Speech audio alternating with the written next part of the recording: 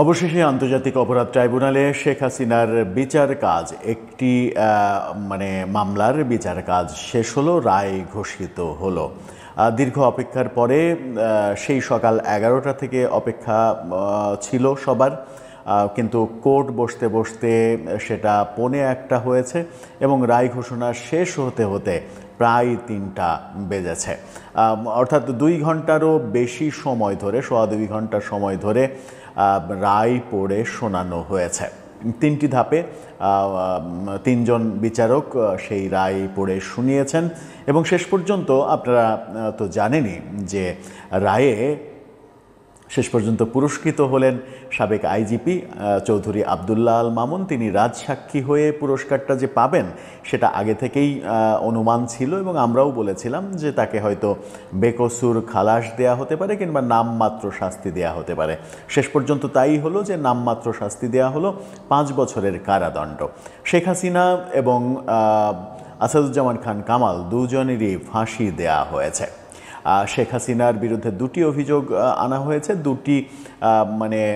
2টি চার্জ গঠন করা হয়েছে। 2টি চার্জে, একটি চার্জে যাবজ্জীবন কারাদণ্ড আর একটি চার্জে মৃত্যুদণ্ড দেয়া হয়েছে। আসাদুজ্জামান খান কামালকে মৃত্যুদণ্ড দেয়া হয়েছে। এই ঘোষণাটা যখন আদালতে আসলো তখন এটাকে কেন্দ্র করে সারা বাংলাদেশে অনেক কিছুই হচ্ছে। গত রাত থেকেই আওয়ামী লীগের নেতাকর্মীরা বিভিন্ন জায়গায় জ্বালাও পোড়াও ককটেল মারা এই কাজগুলো করছে। এই কাজগুলো যখন করছে তখন আজকে বেশ বিপরীত চিত্র আমরা দেখছি গ্রামীণ ব্যাংক নানা জায়গায় আক্রান্ত হচ্ছে, সেখানে পুলিশের পাহারা যেমন, তেমনি আজকে 32 নম্বরের বাড়ির যে অবশিষ্ট অংশটা সেটা গুড়িয়ে দেওয়ার প্রয়াসও হয়েছে। সব মিলিয়ে আজকের দিনটা কেমন গেল এটা নিয়ে আন্তর্জাতিক গণমাধ্যম কি বলছে, আন্তর্জাতিক প্রায় বহু গণমাধ্যমে রয়টার্সও এই রায়, বিচারের রায় এটা সরাসরি সম্প্রচার করেছে বা আন্তর্জাতিক বহু গণমাধ্যমে সরাসরি সম্প্রচারিত হয়েছে এবং রয়টার্স একাধিকবার ব্রেকিং নিউজও দিয়েছে। সেগুলো নিয়েই আলোচনা করে বোঝার চেষ্টা করব যে রায়টা হলো সেই রায়ে আদালতে কি আলোচনা আসলো এবং এই রায় পরবর্তী ব্যাপারগুলো কোথায় যাচ্ছে, যখন গত ভোরবেলাতে সজীব ওয়াজেদ জয় রয়টার্সের সঙ্গে সাক্ষাৎকারে ভয়াবহ বার্তা দিয়েছিলেন। থাকবেন দর্শক, বলছিলাম অবশেষে শেখ হাসিনার রায় আন্তর্জাতিক অপরাধ ট্রাইব্যুনালে হলো এবং যেটা অনুমান ছিল এবং রয়টার্সের সঙ্গে সাক্ষাৎকারে সজীব ওয়াজেদ জয়ও যেটা বলেছেন যে আমরা মনে করছি যে আদালত শেখ হাসিনাকে মৃত্যুদণ্ড দেবে এবং সেটাই হলো। সাথে আসাদুজ্জামান খান কামালকেও দেয়া হলো। কিন্তু ইন্টারেস্টিংলি চৌধুরী আবদুল্লাহ আল মামুন সাবেক আইজিপি, তিনি সরকারের সঙ্গে, প্রসিকিউশনের সঙ্গে একটা সম্পর্ক তৈরি করে তিনি বেঁচে গেলেন। তারও মৃত্যুদণ্ড হতে পারত যেহেতু একই অপরাধ, কিন্তু তিনি বেঁচে গেলেন, তার মাত্র 5 বছরের কারাদণ্ড দেয়া হলো। এটা নিয়ে ভবিষ্যতে হয়তো আরও অনেক গবেষণা হবে। প্রথমে আদালতে কি ব্যাপার আলোচনায় এলো সেগুলো একটু আলোচনা করে নিই, তারপরে এর পরিপ্রেক্ষিতে পারিপার্শ্বিক অবস্থা কি তৈরি হলো, সারা দেশে কি অবস্থা, সেগুলো নিয়ে আলোচনা করার চেষ্টা করব। আদালতে খুবই আশ্চর্যভাবে যেটা হয়েছে সেটা হচ্ছে যে রায় যেটা পড়ে শোনানো হয়েছে 3 ধাপে 3 জন বিচারপতিই পড়েছেন এবং বিভিন্ন ধাপে আদালতের রায়ে শেখ মুজিব রক্ষী বাহিনী তৈরি করেছিলেন, বাকশাল করেছিলেন, তারই ধারাবাহিকতায় 2008 সালে শেখ হাসিনা একই কর্মকাণ্ড শুরু করেন। এই জাতীয় ল্যাঙ্গুয়েজও আমরা দেখেছি রায়ে। রায়ে বলা হয়েছে শেখ হাসিনার আমলে বিভিন্ন সাংবাদিকরা দেশ ছেড়ে পালাতে বাধ্য হয়েছে। সেখানে নাম মেনশন করেছেন অনেক সাংবাদিকের, আমি নামগুলো বলতে চাই না কারণ সেই নামের মধ্যে অনেক বিতর্কিত নামও রয়েছে যারা কিনা এই মুহূর্তে দেশের বাইরে অবস্থান করছেন এবং দেশের বাইরে অবস্থান করে বাংলাদেশে নানা সহিংস ঘটনা ঘটানোর চেষ্টা করছেন। এমনকি আজকেও 32 নম্বর নতুন করে গুড়িয়ে দেওয়ার ইন্ধন যোগানোর কাজও করছেন। সাংবাদিক মাহমুদুর রহমানের নাম স্বাভাবিকভাবে এসেছে, আর যাদের নাম এসেছে সেগুলো আমি বলতে চাচ্ছি না। রায়ে এসেছে বিডিআর যে পিলখানা হত্যাকাণ্ড, সেই পিলখানা হত্যাকাণ্ড শেখ হাসিনা সরকার করেছে, শেখ হাসিনা করেছে, সেটা রায়ে বলা হয়েছে যে 2013 সালের 5ই মে যে শাপলা চত্বরে হেফাজত ইসলামের যে সমাবেশ, সেই সমাবেশটাকে শাপলা হত্যাকাণ্ড বলা হয়েছে এবং সেটার দায়ও শেখ হাসিনার উপরে চাপানো হয়েছে। বলা হয়েছে রায়ে তত্ত্বাবধায়ক সরকার ব্যবস্থা বাতিল করেছে শেখ হাসিনা সরকার এবং বিচারপতি খায়রুল হক যিনি এখন জেলে রয়েছেন তার কথাও বলা হয়েছে যে তিনি এই কাজটা করেছিলেন। বিনা ভোটে 153 জন নির্বাচিত হয়েছিল 2014 সালের ভোটে, সেই কথাটাও রায়ে প্রাসঙ্গিক না হলেও হয়তো আদালত মনে করেছেন যে এগুলো প্রাসঙ্গিক, সেভাবে রায়ে উপস্থাপন করেছে। সবথেকে বড় ব্যাপারটা অন্তত 5 বার এই রায় যতটুকু পড়া হয়েছে ততটুকুর মধ্যে অন্তত 5 বারের বেশি একটা কথা বারবার বলা হয়েছে, সেটা হচ্ছে শেখ হাসিনার ওই 14 তারিখে 14ই জুলাই গণভবনে যে সংবাদ সম্মেলন, সেই সংবাদ সম্মেলনটাকে সব থেকে গুরুত্ব দেওয়া হয়েছে এবং সেটাই এই আন্দোলন দমানো এবং এই শেখ হাসিনার মানে নানা ধরনের অবৈধ ক্যারিশমা দেখানোর মূল জায়গা হিসেবে আদালত চিহ্নিত করার চেষ্টা করেছেন। যেমন শেখ হাসিনা যেমন বলেছিলেন মুক্তিযোদ্ধার নাতিপুতিরা চাকরি পাবে না তো রাজাকারের নাতিপুতিরা চাকরি পাবে, এই কথাটা 5 বারেরও বেশি বিচারক উল্লেখ করেছেন। এই কথা উল্লেখ করার পাশাপাশি ঢাকা বিশ্ববিদ্যালয়ের তৎকালীন ভিসির সঙ্গে শেখ হাসিনার রাজাকারের সন্তান, রাজাকারদের ফাঁসি দিয়েছি, এদেরও ছাড়ব না, রাজাকারের বাচ্চা, রাজাকারের নাতিপুতিরা, এই ব্যাপারগুলো, এই শব্দগুলো রায়ে বারবার উত্থাপিত হয়েছে এবং এই বারবার এই প্রসঙ্গটা এই প্রসঙ্গটা শেখ হাসিনার রাজাকারের উপরে ঘৃণা এবং রাজাকারের উপরে এক ধরনের বিদ্বেষ, এই প্রসঙ্গটা রায়ে এনে রায়টাকেই একটা সময় মানে বিতর্কিত হয়ে পড়তে পারে এরকম দিকে ঠেলে দেয়া হলো কিনা। কারণ এই যে রাজাকারকে শেখ হাসিনা সহ্য করতে পারেন না, রাজাকারের নাতিপুতি, এইসব ব্যাপারগুলো বারবার উল্লেখ করে এই ধারণা তৈরি করার একটা ব্যাপার থাকতে পারে, তৈরি হওয়ার একটা ব্যাপার থাকতে পারে। কেউ এই ধারণা তৈরি করতে পারেন যে এই রায়টা তাহলে রাজাকারের পক্ষের শক্তিদের খুশি করার চেষ্টা করা হয়েছে কিনা। যদিও আদালতের কোনো ব্যাপারেই কোনো প্রশ্ন তোলার অবকাশ নেই, আমরা সেই প্রশ্ন তুলতেও পারি না, কিন্তু ভবিষ্যতে যদি এরকম প্রশ্ন কেউ তুলতে চান তাহলে হয়তো তিনি সেই অপশনটা খুঁজে পাবেন যে কেন এই ব্যাপারটাকে এত বেশি গুরুত্ব দেয়া হলো। অন্যান্য ব্যাপার, ছাত্রদের উপরে গুলি চালানো, যেমন যে অভিযোগগুলো আনা হয়েছে সেগুলো বারবার উপস্থাপন করলে হয়তো ব্যাপারটা কেউ তির্যকভাবে দেখতেন না, কিন্তু এই ব্যাপারটাতে তির্যকভাবে দেখার স্কোপ রয়েছে। আমরা একটা মজার ব্যাপার লক্ষ্য করেছি, বিচারকদের মধ্যে 3 জন বিচারক, তার মধ্যে 2 নাম মানে দ্বিতীয় জন তিনি যখন রায় পড়ছিলেন তখন তিনি বারবার বেঁধে যাচ্ছিলেন এবং বারবার ইংরেজি উচ্চারণের ভুলও করছিলেন। হয়তো এক ধরনের কনফিউশন কাজ করছিল, নাকি এটাকে আবার অন্য কেউ অন্যভাবে ব্যাখ্যা করবে যে ইংরেজিই পড়তে পারে না সেই ব্যক্তি রায় দিচ্ছে, এরকমটা যদি কেউ ভেবে ফেলে সেটা আমার মনে হয় যে ভুল ভাবনা হবে, কারণ যোগ্যতা নিয়ে প্রশ্ন তোলাটা ভুল হবে। তবে ব্যাপারটা একটু কানে লেগেছে। ঢাকার ভিসির সঙ্গে বললাম আন্দোলন দমাতে ছাত্রলীগই যথেষ্ট, ওবায়দুল কাদেরের সেই কুখ্যাত বাণী, যে কথাটা আওয়ামী লীগের তৎকালীন সরকারকে সব থেকে বেশি ক্ষতিগ্রস্ত করেছে, এই আন্দোলন দমাতে আমার ছাত্রলীগই যথেষ্ট, সেই কথাটাও রায়ে কিন্তু এসেছে। 14ই জুলাই যেটা বলছিলাম, 14ই জুলাই যে সংবাদ সম্মেলন শেখ হাসিনার, সেটাকে সব থেকে বেশি গুরুত্ব দেয়া হয়েছে এই রায়ে। রয়টার্স, হিন্দুস্তান টাইমস সহ বহু আন্তর্জাতিক গণমাধ্যম সরাসরি সম্প্রচার করেছে, সেই চিত্রও আমরা দেখলাম এবং সেই চিত্র যখন আমরা দেখলাম তখন আসুন একটু জেনে নিই যে শেখ হাসিনার বিরুদ্ধে 5টি যে অভিযোগ আনা হয়েছে সেই 5টি অভিযোগ কি কি, এই 5টা ফটোকার্ড আপনারা দেখে নিতে পারেন। সেখানে অভিযোগ 1, 2024-এর 14ই জুলাই গণভবনে সংবাদ সম্মেলনে উস্কানিমূলক বক্তব্য, যে কথাটা বলছিলাম বারবার। অভিযোগ 2, হেলিকপ্টার থেকে গুলি ও প্রাণঘাতী অস্ত্র ব্যবহারের নির্দেশ। অভিযোগ 3, 2024 সালের 16ই জুলাই রংপুরে ছাত্র আবু সাইদ হত্যা।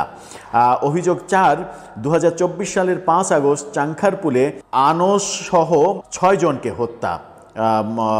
এটা বুঝতে পারিনি চ্যানেল 24 এটা কি শব্দ ব্যবহার করেছে। যাই হোক, আমরা জানি চাংখারপুলে 6 জনের মৃত্যু ঘটেছিল, সেই অভিযোগটা শেখ হাসিনার উপরে আনা হয়েছে চাংখারপুলের 6 জনের হত্যাকাণ্ডে। এবং অভিযোগ 5, 2024 সালের 5 আগস্ট আশুলিয়া হত্যা ও 6 জনের মরদেহ পোড়ানো, এই ঘটনাটাকে শেখ হাসিনার অপরাধ হিসেবে দেখা হচ্ছে। এই ঘটনাগুলো যখন আমরা দেখলাম তখন যেটা আমরা মজার ব্যাপার লক্ষ্য করেছি সেটা হচ্ছে যে একটু পারিপার্শ্বিক পরিস্থিতিতে যাই, পারিপার্শ্বিক কিছু পরিস্থিতি আপনাদের সঙ্গে আলাপ করতে চাই। সেই পরিস্থিতি হচ্ছে যে এই দুটো ছবি আপনারা দেখে নিতে পারেন।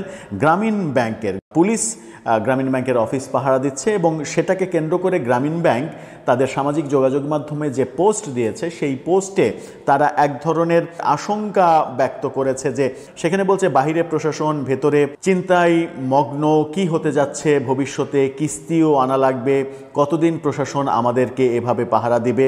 এই যে উদ্বেগ, অর্থাৎ সারা দেশে গ্রামীণ ব্যাংকের অফিস নিয়ে এক ধরনের উদ্বেগ তৈরি হয়েছে এবং এই উদ্বেগ গ্রামীণ ব্যাংক যখন পাহারা দিচ্ছে পুলিশ, তখন আমরা দেখলাম আজকে 32 নম্বরে আবার আক্রমণের ঘটনা ঘটলো। ঢাকা কলেজের ছাত্রদের নেতৃত্বে ওই যে ব্যানারটা ব্যবহার করা হয় তথাকথিত ছাত্র জনতা ব্যানার, তারা আবার 32 নম্বরে মব করতে গেল। আজকে যখন রায় ঘোষণা হচ্ছে তাদের মাথাতে এইটুকু কাজ করেনি যে আজকে যদি রায় ঘোষণা একদিকে হচ্ছে আর একদিকে যদি 32 নম্বরে আবার আক্রমণ করা হয় এবং সেটাকে বলা হচ্ছে যে সেটা যতটুকু অবশিষ্ট আছে সেটুকু গুড়িয়ে দিয়ে সেটাকে খেলার মাঠ বানাবে। তো খেলার মাঠ যদি বানায় তাহলে এটা তো প্রশ্নবিদ্ধ হবে যে সরকার একদিকে রায় দিচ্ছে, একদিকে 32 নম্বর আবার গুড়িয়ে খেলার মাঠ তৈরি করার স্কোপ দিচ্ছে।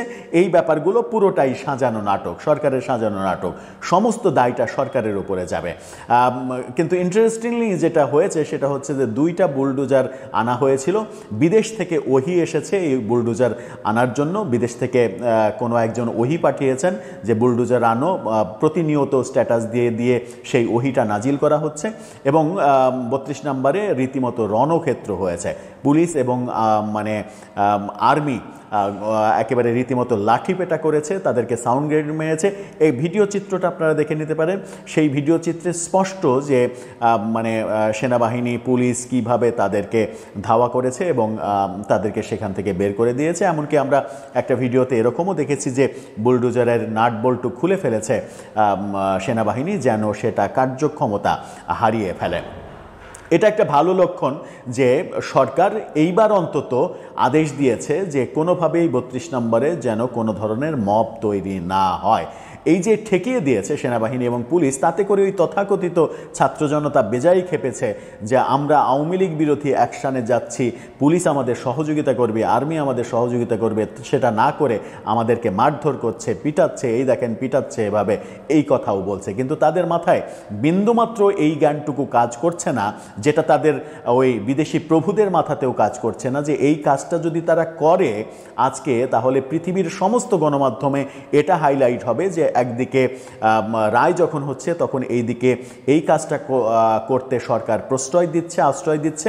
তার মানে এই শেখ হাসিনা বিরোধী পুরো ব্যাপার স্যাপারগুলো পুরোটাই সাজানো নাটক। সেটা হলে সরকারের ভাবমূর্তি কোথায় যাবে এবং সরকারের উপরে যদি আন্তর্জাতিক চাপ আরও বাড়তে থাকে তাহলে এমনিতেই অন্তর্বর্তীকালীন সরকার বিভিন্ন বিষয়ে চাপে একেবারে টালমাটাল অবস্থা, তাতে করে নতুন চাপ আসলে কি অবস্থা হবে তাদের সেটা খুব সহজেই বোঝা যায়। এটা নিয়ে বিভিন্ন মিডিয়া বিভিন্ন রকমের খবর দিয়েছিল। বিবিসির এই ফটোকার্ডটা দেখলেই বুঝতে পারবেন, যখন আসছিল তখন বিবিসি খবর করেছিল 2টি বুলডোজার ধানমন্ডির দিকে নিয়ে যাওয়া হচ্ছে। অনেক অনেক আন্তর্জাতিক গণমাধ্যমে কিন্তু এই খবরটা চলে এসেছিল।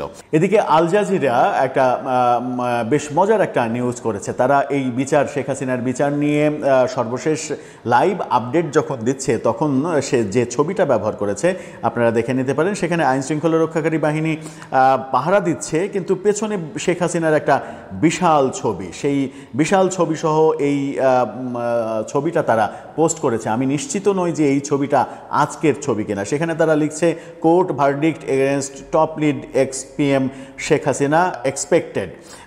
সেখানে এই ছবিটা কেন তারা ব্যবহার করলো সেটা অন্তত আমার বুঝে আসেনি।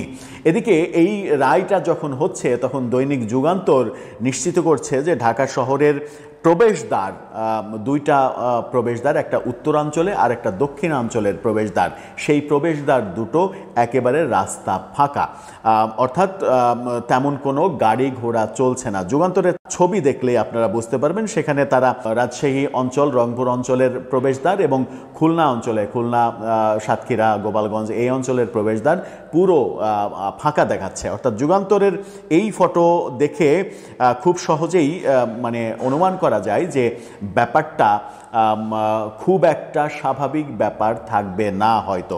এদিকে ডয়েসে ফেলে তাদের নিউজে 4টা ছবি ব্যবহার করেছে এবং 4টা ছবির প্রথম ছবিটা যেভাবে তারা ব্যবহার করেছে বিজিবির একজন বিজিবি সদস্যের ছবি দিয়ে, সেই ছবিটা প্রমাণ করে যে দেশে একটা যুদ্ধাবস্থা তৈরি হয়েছে এবং ডয়েসে ফেলের নিউজ ট্রিটমেন্টটা অনেকটা সেরকমই মনে হয়েছে। ডয়েসে ফেলে যখন এই তথ্য দিচ্ছে তখন দেশের অন্তত দুইটা মানে ঢাকার সঙ্গে দুইটা যোগাযোগের পথ, সিলেট অঞ্চলের সঙ্গে ঢাকার যোগাযোগের পথ এবং দক্ষিণাঞ্চলের সঙ্গে গোপালগঞ্জ এই এলাকা, দক্ষিণাঞ্চল খুলনা গোপালগঞ্জ এলাকার সঙ্গে যোগাযোগের পথ, আওয়ামী লীগের সমর্থকরা বড় বড় গাছ কেটে রাস্তা বন্ধ করে দিয়েছে। এরকম অন্তত 3টা ছবি আমাদের হাতে এসেছে, সেই 3টা ছবি দেখে নিতে পারেন। সেখানে ফায়ার সার্ভিসের গাড়ি আসতে দেখা যাচ্ছে, বিশাল একটা গাছ কেটে রাস্তা ব্লক করা হয়েছে, সেই বড় গাছ ফায়ার সার্ভিস সরাতে রীতিমতো হিমশিম খাচ্ছে, এরকম অবস্থা।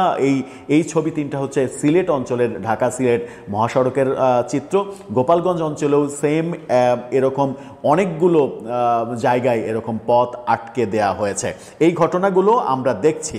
এই ঘটনাগুলো যখন আমরা দেখছি তখন রয়টার্স বেশ কয়েকবার, রয়টার্স তো বিচার সরাসরি সম্প্রচার করেছে, বিচার সম্প্রচার করার সাথে সাথে তারা বিচারের রায় হওয়ার সাথে সাথে এবং প্রতিনিয়ত ব্রেকিং নিউজ দিতে এসেছে।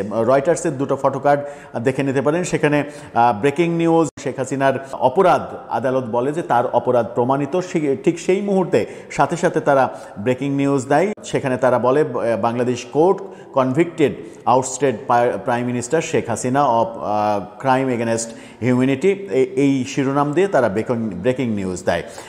এরপরে তারা তাদের ওয়েবসাইটের, রয়টার্সের ওয়েবসাইটের একেবারে লিড নিউজ করে শেখ হাসিনার ছবি দিয়ে। সেখানে তারা বলে যে Bangladeshi ousted PM Hasina's convicted in student crackdown case, অর্থাৎ তিনি দোষী সাব্যস্ত হয়েছেন এই যে স্টুডেন্ট প্রোটেস্ট কেসে, সেটা রয়টার্স প্রতি মুহূর্তে আপডেট দিচ্ছে। অর্থাৎ এই মুহূর্তে রায় যখন শেষ হয়, আদালতের কার্যক্রম যখন শেষ হয় 3টার কয়েক মিনিট আগে, তারপরে থেকে যতগুলো আন্তর্জাতিক পত্রিকাতে আমরা নক করার সুযোগ পেয়েছি এই ভিডিওগুলো করার আগে 5-7 মিনিটে, প্রায় সমস্ত আন্তর্জাতিক গণমাধ্যমের লিড নিউজ হয়েছে এটা, অর্থাৎ আন্তর্জাতিক পর্যায়ে এটা চলে গেছে। সেই কারণেই বলছিলাম যে 32 আক্রমণ আজকে যেভাবে করা হয়েছে, সেখানে মব সৃষ্টি করা হয়েছে, সেই ঘটনাটা